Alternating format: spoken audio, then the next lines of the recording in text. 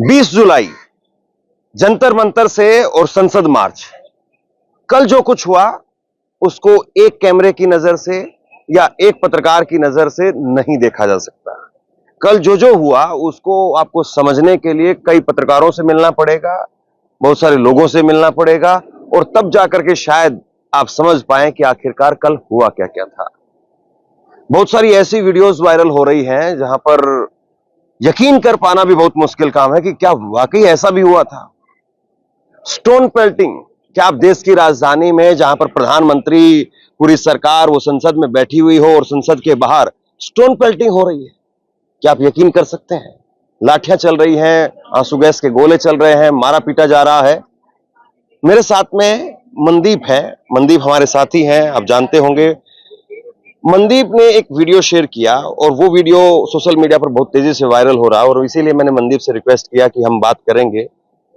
लाठी चलाते हुए तो आपने पुलिस वालों की या पैरामिलिट्री फोर्सेस की जो तस्वीरें हैं वो बहुत देखी होंगी, लेकिन पत्थर बोल चलाते हुए, बॉलिंग करते हुए जो पत्रकार पुलिस वाले हैं वो नहीं दिखाई देते हैं। और केवल वही नहीं बल्कि स्टोन पेल्टिंग जो है वो भी मनदीप ने अपने फोन में रिकॉर्ड की है। एक बार जरा तस्वीर दिखाइए, फिर मनदीप हम बात करते हैं। तो ये तस्वीर आप देखेंगे, ये कल मेरे ये वायरल हो रही थी। हाँ, ये पुलिस वाला खुद से जो है वो पत्थर यहाँ पर चलाते हुए दिखाई दे रहा है। तो ये सामने दिखाइए। प्रोटेस्टर्स हैं। हाँ। और इन प्रोटेस्टर्स को ये पुलिस वाले, और ये सब इंस्पेक्टर रैंक का अधिकारी है जो पत्थर फेंक रहा था।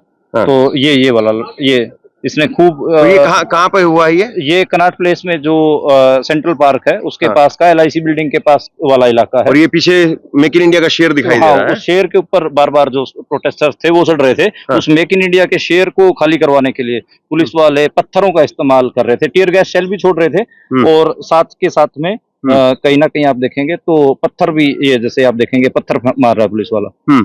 तो ये काफी दिखा और ये मेरे मतलब आईफोन से ही शूट किया गया है। आप ये दिखाई तरह। अब इसको आप डिटेल्स आप देखेंगे तो ये कल मेरे फोन की ही डिटेल्स हैं। हाँ। इसमें सारा आ जाएगा। ये कल तो ये डेट और आपको लोकेशन वो आपको सब दिखाई देगी। सब ये मनदीप ने ही शूट किया जो वायरल हो रहा था। बहुत सारे लोगों ने उसको चलाया, बहुत सारे लोग अपना एक्सक्लूसिव लगा करके चला देते, लेकिन स्पेशली मनदीप ने ही वहां पे शूट किया था। और क्या क्या आपने जो है वो कल देखा? देखिए, पहले तो जब मैं जंतर मंतर आ रहा था मुझे लग रहा था कि 10-15 हजार स्टूडेंट होंगे, लेकिन यहाँ आके देखा कि लाख प्लस स्टूडेंट था। उसको आप 1.5 लाख बोल लीजिए, 2 लाख बोल लीजिए, कितना भी बोल लीजिए, बड़ा नंबर था। सारा कनॉट प्लेस भरा हुआ था, जंतर मंतर, टोल्स्टॉय मार्ग, जनपथ, संसद मार्ग, ये सब भरा हुआ था। हमारे जो प्रेस क्लब जो हमारा पड़ता है रायसीना मार्ग पे, वो भी वहां तक पहुंच गया था। जो स्टूडेंट थे कल ऑलमोस्ट, वो वीडियो भी मैंने डाला, हमारे एक दोस्त ने ज्योति, उन्होंने उसको शूट किया है। तो वो बिल्कुल ऑलमोस्ट संसद के गेट तक पहुंच गए थे। मतलब वो जो गोल चक्कर है वहां तक, उसके वहीं पे फिर लाठीचार्ज हुआ, टीयर गैस हुआ और वहीं से उनको वापस किया। तो कल पूरा पैक था। उसके बाद बहुत सारे ड्रोन विजुअल्स भी आपने देखे होंगे अलग अलग। हालांकि ड्रोन जिन लोगों ने उड़ाया था उनके ऊपर FIR दिल्ली पुलिस ने कर दिया। इसको रिस्ट्रिक्टेड जोन माना जाता है इस इलाके को, कि यहाँ ड्रोन नहीं उड़ा सकते। तो उन पत्रकारों के ऊपर FIR हुई है। कल पत्रकारों के ऊपर भी लाठियां मतलब लगी हैं। जैसे जी स्विच के पत्रकार थे तो उसकी वीडियो भी मैंने लिया कि एकदम से एक सब इंस्पेक्टर रैंक का ही अधिकारी था, वो आया, उसने उसके लाठीचार्ज किया। तो वो वीडियो भी मैंने लिया है। इसके अलावा एक 16 साल का बच्चा था, उसको गले से पुलिस वाला ऐसे कर रहा था। तो जब लोगों ने चिल्लाना शुरू किया कि तो माइनर है, व्हाट आर यू डूइंग, तो उसने एकदम उसको फेंक के मारा। उसके फिर पैर पे चोट लगा, लोग उसको उठा के लेके गए। तो जो ब्रुटैलिटी था वो तो दिल्ली पुलिस का देखने को मिला। आप शाम 4 बजे के बाद की बात है कि दिल्ली पुलिस वालों ने अपने जो बैच थे, नेम बैच थे, उनको उतार के जेबों में डाल लिया था। सिविल वर्दी में, जैसे एक वीडियो और मैंने शूट किया जिसमें सिविल वर्दी में जो पुलिस वाले हैं वो छात्रों के ऊपर लाठीचार्ज कर रहे हैं। और वो हालांकि जो क्राइम ब्रांच वाले जो लोग होते हैं वो लोग होते हैं, ब्लैक कलर की स्कॉर्पियो में आए हुए थे वो, और कोई नंबर प्लेट नहीं थी। वो ऐसे ही रहते हैं, मतलब क्राइम ब्रांच वाले ऐसे ही रहते हैं, सादे कपड़ों में रहते हैं। और सब बैटन थे कल उनके हाथों में। एक हनी डागर नाम के लड़के की तो पहचान भी हो रही है। हाँ, वो पहचान भी हो गई है। जो जिन लोगों को मैंने शूट किया था उनका भी कई लोगों का पहचान हो रहा है। इसको थोड़ा सा और एक्सप्लेन कर देता हूँ। एक वीडियो जो है वो वायरल हो रही है और उसमें बाकायदा पहचान भी हुई है। फुटपाथ पर इसी तरीके से जो है वो कुछ सादी वर्दी में लड़के बैठे हुए हैं और डंडे उनके बाकायदा हाथ में हैं, और फिर उसके बाद में वो ऐसे दिखा रहे हैं जैसे कि वो नॉर्मल लोग हैं, ये स्टूडेंट्स हैं। दिखाइए जरा। ये विजुअल ये भी मैंने लिया हुआ है। ये जिनके हाथों में सादे कपड़े इन्होंने पहने हुए हैं और बैटन जिनके हाथ में दिख रही हैं, ये कल ये भी लाठीचार्ज कर रहे थे स्टूडेंट्स के ऊपर। हम्म। तो ये मैंने ये बेसिकली ये मैंने जो आपको बताया और कि ये हनी डागर ने अब अपना इंस्टाग्राम अकाउंट वो भी डिलीट कर दिया। डिलीट कर दिया है ये डिलीट कर दिया है, ये हम आपको एक्सक्लूसिव जानकारी बता रहे हैं इस तरफ से। हाँ, तो यही है कि पुलिस ने 4 बजे के बाद कल 4 से 7 बजे 3 घंटे तक आपको काफी ब्रूटल जो है वो दिल्ली पुलिस का चेहरा दिखा। आज इसी के लिए मेरे को लग रहा है कि जो जंतर मंतर अभी फुल पैक्ड नजर आ रहा है। 21 तारीख को हम बातचीत कर रहे हैं। आपने जो जैसे ये तस्वीरें भी दिखाई, चप्पल यहाँ पर प्रोटेस्टर्स की ये अभी जंतर मंतर की सफाई भी नहीं हुई है। हाँ, तो और ये चप्पलें जितनी हैं आपको दिखाई दे रही हैं, सब कल की ही चप्पलें हैं, क्योंकि यहाँ पर भी लाठीचार्ज, शुरुआती जो लाठीचार्ज हुआ था वो यहीं पर हुआ था, वो हमारे सामने भी हुआ था। तो लाठीचार्ज जैसे हुआ कल, ये तो लोगों की चप्पलें भी रह गई हैं, बहुत अलग दूर दूर से लोग आए हुए थे। अब ये स्टोन पेल्टिंग जो है वो भी एक लड़के की वीडियो चल रही है। स्टोन पेल्टिंग, उसके पूरा शरीर पर यहाँ पर निशान है स्टोन पेल्टिंग के हैं। एक जो जब मैं ये वीडियो शूट कर रहा था इन पुलिस वालों की, इन्होंने भी एक लड़के का वहां पे सर खोल दिया था, तो सीधा जाके यहाँ पे लगा था। उसके बाद में उसको ऐसे दबा के, वो वहीं लेट गया था, दबा के उसको कंबल से, और उसके बहुत खून बह रहा था, उसको लेके गए। अभी एक आरएमएल में एक खबर आज मैंने और ब्रेक की है, वो ट्वीट डाला है कि आरएमएल में एक उत्तम नगर की 21 साल की लड़की है, वो वेंटिलेटर सपोर्ट पे। तो वो भी काफी ऐसे इश्यूज हैं। अभी आयशा ने भी अभी अपनी प्रेस कॉन्फ्रेंस की प्रेस क्लब में, तो उसमें बहुत सारी लड़कियों के हाथ टूटे हुए थे, किसी को प्लस्तर था, किसी को चोट के निशान थे। अब जाएंगे जंतर मंतर पर, तो स्टेज के सामने जंतर मंतर पर भी काफी लोग जो है बैठे हुए हैं जिनको चोट लगी, चोटें आई हैं। हाँ, तो लेकिन एक लड़की अभी उत्तम नगर की है, जैसे मंदी भी बता रहे हैं, वो वेंटिलेटर पर है। इसके अलावा किसी के हताहत होने की, यानी कि किसी के निधन की, जान जाने की वो खबर नहीं है। हाँ, जान जाने की खबर नहीं है, लेकिन खैर वो लड़की बहुत क्रिटिकल है। हमें दुआ करनी चाहिए कि उसकी वो बच जाए, रिकवर करे, और यही सब लोगों की दुआ भी होनी चाहिए। तो कल जो प्रोटेस्ट था, मतलब जेनजी ज्यादातर आपने देखा भी होगा, 25 साल से कम उम्र के नौजवान थे, 90%। और 2 नारे बहुत पॉपुलर थे, एक तो इनकलाब जिंदाबाद, दूसरा जय भीम। ये दो बड़े पोस्टर आपने देखे होंगे, उसमें भीमराव अंबेडकर और भगत सिंह, ये 2 पोस्टर नौजवान लेकर आए हुए थे। तो कुछ सिंबल्स हैं जिनके बारे में बात होनी चाहिए। कॉन्स्टिट्यूशन की के प्रियम्बल्स लोगों के हाथों में थे। नौजवानों से जब बात कर रहे थे, वो खाली धर्मेंद्र प्रधान तक नहीं रुक रहे थे। गोदी मीडिया, नरेंद्र मोदी की सरकार, दिल्ली पुलिस की ब्रुटैलिटी, इन सब के ऊपर वो खुलकर अपनी बात रख रहे थे। तो गुस्सा था वो साफ नजर आ रहा था। और रेस्टलेसनेस, जिसको बेचैनी बोलते हैं नौजवान के, वो उनके रोजगार के लिए, उनकी अच्छी शिक्षा के लिए, उनके भविष्य के लिए, 3 चीजों के लिए जो रेस्टलेसनेस थी, जो बेचैनी थी, वो साफ दिख रही थी। तो ये कुछ चीजें हैं। और मतलब इसको मेरे को लगता है कि 2 ट्रिगर पॉइंट रहे। एक तो सूर्यकांत, जस्टिस सूर्यकांत, जो चीफ जस्टिस है, उन्होंने कॉकरोच नाम दिया। दूसरा धर्मेंद्र प्रधान, जिनकी वजह से ये सारा, जिनके इस्तीफे के लिए सारा आंदोलन चल रहा है। और ये 2 बड़े ट्रिगरिंग पॉइंट रहे। दोनों के बारे में भी लोग खुलकर बात करें, धर्मेंद्र प्रधान के बारे में और सूर्यकांत, चीफ जस्टिस सूर्यकांत के बारे में भी। तो कल काफी खुल के जेनजीज अपनी बात रख रहे थे, गुस्सा था, सारा था। तो ये मैंने देखा दिल्ली पुलिस की ब्रुटैलिटी। और फेलियर जो है ना, फेलियर वो अगर आप ढूंढने की कोशिश करेंगे, साफ तौर पर आपको दिखाई देता है सरकार का फेलियर। पुलिस ने जो कुछ किया है वो तो सब है भी, मनदीप ने भी और बाकी लोगों ने भी, हमने भी रिकॉर्ड किया है, दिखाया है आपको। लेकिन सरकार का फेलियर है। दहशतगर्दों की बी टीम, ये बोलना ये धर्मेंद्र प्रधान का कहां से जरूरी था? दहशतगर्दों की बी टीम क्यों बुलाया आपने? आप ऐसे ऐसे स्टेटमेंट्स क्यों दे रहे थे? आपको इस्तीफा नहीं देना था, वो एक अलग बात है, लेकिन बुलाया गया। मैं मनदीप आपसे समझना चाह रहा हूं कि आप इसको कैसे देख रहे हैं? इसका कल नाराजगी भी मुझे दिखाई दी। हम लोगों ने खुद से जो है प्रोटेस्ट, ये काफी लंबे टाइम से हम कवर कर ही रहे हैं। यहाँ पर जो है वो अभिजीत दीप और 3-4 घंटे शाम को 4 बजे से लेकर के और 10 बजे तक वो यहीं बैठे रहे। और उसके बाद में 10 बजे अचानक से फिर वो स्टेज की तरफ गए।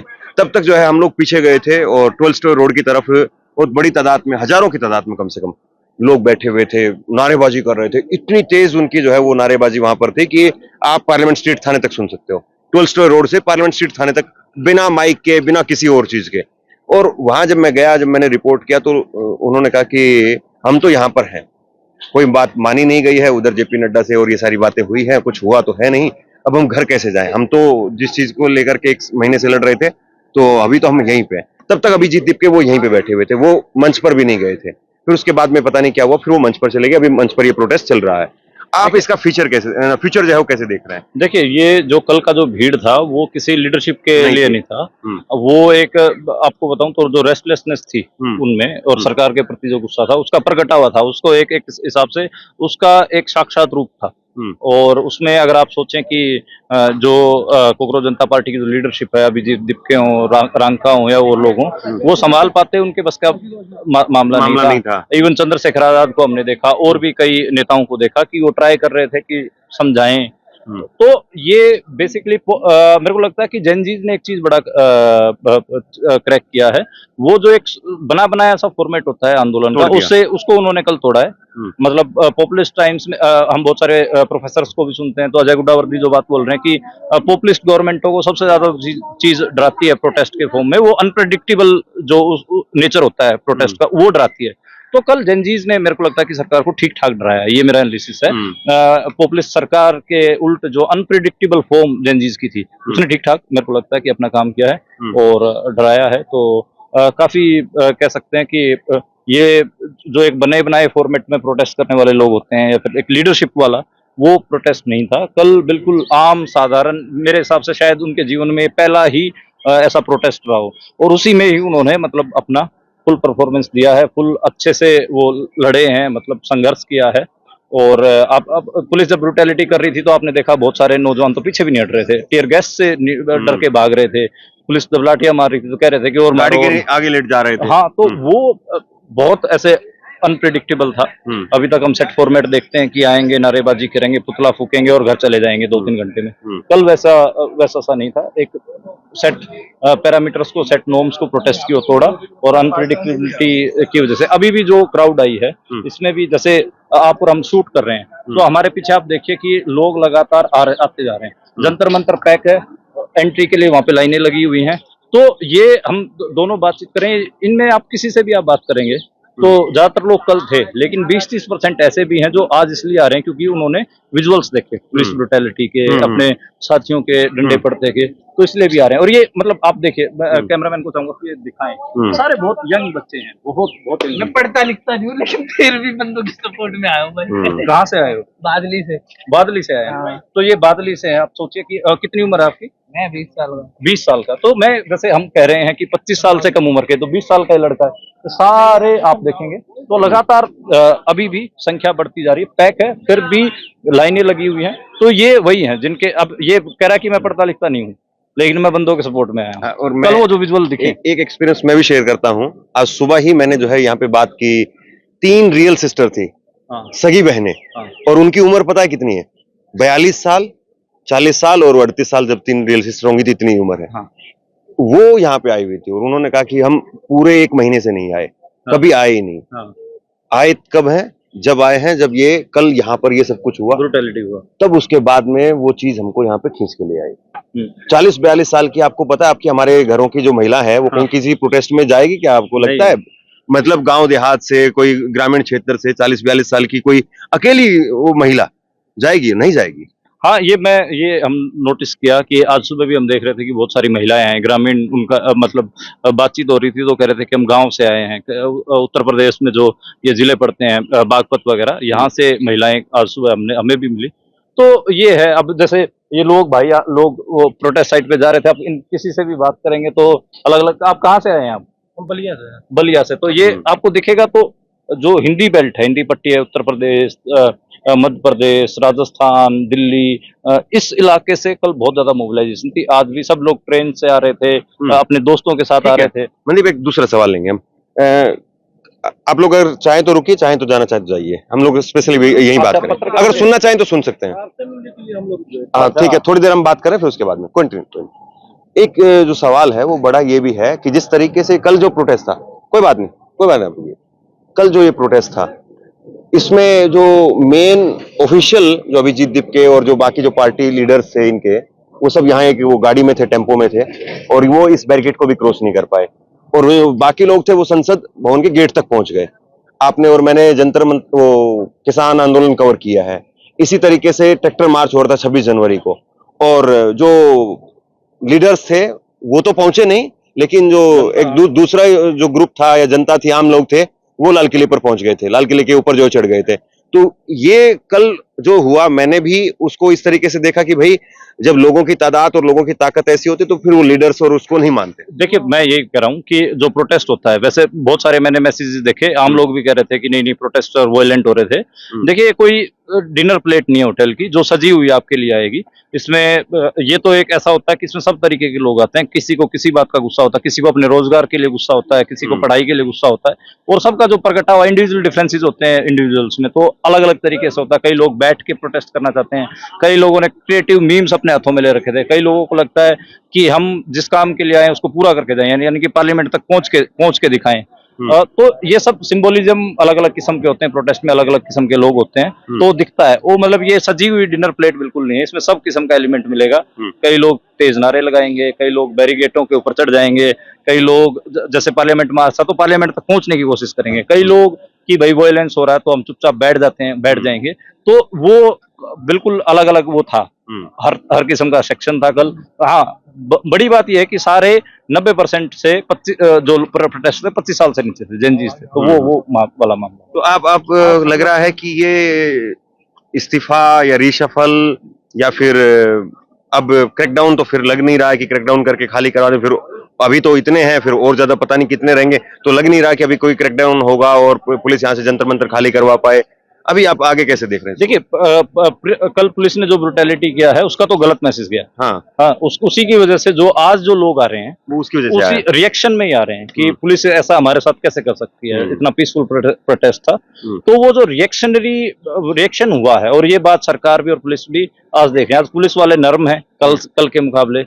कल जिस हिसाब से आपको लाठियां भाजते दिख रहे थे, आज चुपचाप नरमी से जा रहे हैं। हालांकि जो प्रोटेस्टर्स हैं, जब पुलिस वाले गुजरते हैं तो उनके लिए तालियां बजा रहे हैं और कह रहे हैं कि जब मोदी डरता है पुलिस को आगे करता है, यानी कि पुलिस को वो तालियां इसलिए बजा रहे हैं कि कल जो लाठी चलाई उसके उनको शर्म दिलवाने के लिए, शेमिंग जो बोलते हैं, तो शेमिंग भी कर रहे हैं जो प्रोटेस्टर्स हैं। तो आज जो रिएक्शन है मेरे को लगता है वो इसी वजह से, और लोग जमे रहेंगे, खासकर जो एल्डरली लोग आ रहे हैं, मतलब 25 साल से ज्यादा के लोग आ रहे हैं, मिलीनियल्स आ रहे हैं, या फिर जो आप 40 साल के बता रहे हैं, वो सब इसी फिक्र में आ रहे हैं कि यार बच्चों के साथ कल गलत हुआ। ठीक है, और उसी फिक्रमंदी में आप देखें कि जंतर मंतर भी, लेकिन सरकार में कहीं चर्चा हो रही होगी कि बात भाई ये तो मामला तो बहुत हैवी हो गया है और कुछ न कुछ तो करना पड़ेगा बॉस। मैं यही कह रहा हूँ कि आज जैसे आरएमएल में leader of opposition Rahul Gandhi, Priyanka Gandhi पहुंचे हैं, जेपी नड्डा भी पहुंचे, जो कि स्वास्थ्य मंत्री हैं। कल जेपी नड्डा ने 2 लोगों से मुलाकात भी की, इन लोगों से। तो सरकार अभी से कल से पहले तक एक भी मतलब ऐसा मैसेज इग्नोर मोड में, बिल्कुल इग्नोर मोड में, कि जैसे कुछ चल ही नहीं रहा हो। कल पहली बार सरकार ऑन टेबल आई है, टेबल पे बातचीत के लिए आई है। आज पहली बार सरकार के स्वास्थ्य मंत्री को जो घायल हैं उनको देखने के लिए आरएमएल जाना पड़ा है। तो ये चीजें बता रही हैं कि हाँ, सरकार के लेवल पर चर्चा हो रही है। कल अमित शाह ने धर्मेंद्र प्रधान को भी बुलाया था। अब क्या बात हुई है, क्या नहीं हुआ, रिसफल होगा या नहीं होगा, ये तो क्योंकि उनके बंद कमरे की बात है, लेकिन मिलने के लिए बुलाया गया। धर्मेंद्र प्रधान से काफी देर गृह मंत्री अमित शाह की बात हुई है। तो खैर देखते हैं कि मतलब अभी तो यही अपडेट है कि शायद एक रिसफल की ओर बढ़ सकते हैं। पर मैं जैसे कह रहा हूँ कि जो प्रोटेस्टर्स थे कल, उनके बहुत लार्ज सवाल थे, जो रेस्टलेसनेस थी। मेरे को नहीं लगता कि सिर्फ धर्मेंद्र प्रधान के इस्तीफे से जो बेचैनी है नौजवानों में वो कम हो जाएगी। जैसे मैंने बोला कि अपने रोजगार के लिए, अपनी शिक्षा के लिए और अपने भविष्य के लिए उनको काफी चिंतित थे, और बेचैनी वहां से उपज रही थी। तो जब तक बड़े बदलाव, जब तक एनटीए को स्क्रैप नहीं किया जाएगा, जब तक मेरे को लगता है कि जो पेपर लीक होते हैं नौकरियों के या फिर एंट्रेंस एग्जाम्स के जो पढ़ाई लिखाई के लिए, वो बंद नहीं हो जाएंगे, तब तक मेरे को लगता है कि बेचैनी बंद नहीं होगी। देखिए, सम अप करते हैं इस पूरी बातचीत को और मैं अपने तरीके से इसको कंक्लूड करता हूं। ये बिल्कुल साफ तौर पर दिखाई दे रहा है कि सरकार को लगा कि भाई ये तो जंतर मंतर तो छोड़िए, ये यहां पर सीधे तौर पर संसद में भी घुस सकते हैं, और जिस तरीके की तादाद थी तो कुछ भी हो सकता था कल। और हमारे सामने संग्रीला होटल और ली मेरिडियन होटल पर एक सांसद की गाड़ी को रोक लिया गया, चारों टायर्स की हवा निकाल दी गई, पीछे से शीशे तोड़ दिए गए। अब उसमें सांसद बैठे थे नहीं बैठे थे हम देख नहीं पाए, लेकिन मैं बिल्कुल करीब था उस गाड़ी के और मैंने देखा, और किसी तरीके से वहां पर जो ड्राइवर हैं, पुलिस वाले हैं, किसी तरीके से वहां पर सांसद की गाड़ी को बचा करके निकाला गया। तो जो कल जो वाकया हुआ वो संसद की गाड़ी थी, एम्बेसी की गाड़ीज वहां पर थी, और बाहर के लोग, दुनिया भर के लोग जो है वो देख रहे थे। एक एम्बेसी की गाड़ी में एक महिला बैठी हुई थी, बुरी तरह से डरी हुई, सहमी हुई थी वो। अब 2-3 बातें यहां पर साफ तौर पर दिखाई दे रही हैं कि रीसफल अगर नहीं हुआ तब तो फिर ये और ज्यादा जो है ये रिएक्ट करेगा, ये प्रोटेस्ट या फिर जो आक्रोश है वो और रिएक्ट करेगा। ऐसा हो रहा है, ऐसा दिखाई दे रहा है, ऐसा हो सकता है। दूसरी बात, इस्तीफा होगा अभी भी कम चांस है, लेकिन रीसफल तो कम से कम लग रहा है। लेकिन रीसफल कर दीजिए, इस्तीफा कर दीजिए, अगर हालात जस के तस रहे, नौकरियां नहीं हुई, पेपर लीक होते रहे, तो फिर ये जो पैच आप लगाएंगे, बैंडेज आप लगाएंगे, वो कुछ वक्त के लिए तो है, जो घाव से आपका जो खून बह रहा है उसको कुछ वक्त के लिए रोक सकती है। लेकिन पेपर लीक, रोजगार, इन सब पर अगर गहराई से, तरीके से, सिस्टमेटिकली योजनाएं बना करके काम नहीं हुआ, जैसे कि चाइना के युद्ध के बाद में हुआ था कि हाँ अब जो है वो अपनी सेना भरनी है, तो उस तरीके से ये जो बेरोजगारों की भीड़ है ये कम करनी पड़ेगी, ये भरना पड़ेगा, ये आपको ये खाली करना पड़ेगा। ये जो भीड़ इकट्ठा हो गई है इसमें से आपको लोग उठाने पड़ेंगे, नौकरियां देनी पड़ेंगी, पेपर्स को लेकर के या शिक्षा को लेकर के आपको आधारभूत जो ढांचा है वो चेंज करना पड़ेगा। और अगर नहीं हुआ तो फिर पता नहीं साल भर बाद, 6 महीने बाद कब क्या होता है। खैर अभी बहुत आगे की बातें, बहुत लंबी बातें और बहुत दूर की बातें हम कह रहे हैं, लेकिन मुझे लगता है कि ये सारी चीजें जरूर जो है देखी जानी चाहिए। तो यहाँ मनदीप थे हमारे साथ में, और जो कुछ हुआ, मैं फिर कह रहा हूं कि एक कैमरे से या एक पत्रकार से आप इस पूरे प्रोटेस्ट को नाप पाएंगे, बहुत मुश्किल काम है। लेकिन हम फिर भी कोशिश कर रहे हैं कि किसी तरीके से जो कुछ यहाँ है, जो कुछ हुआ है, जो कुछ हो सकता है, उस सब को आपके सामने रखें, ताकि कम से कम सरकार के लोग भी देखें कि भाई कहां पर काम करने की जरूरत है। बाकी आप क्या सोचते हैं नीचे कमेंट सेक्शन में लिख करके जरूर बताइए। इस वीडियो को लाइक कीजिए और चैनल को सब्सक्राइब जरूर कीजिए। शुक्रिया, थैंक यू।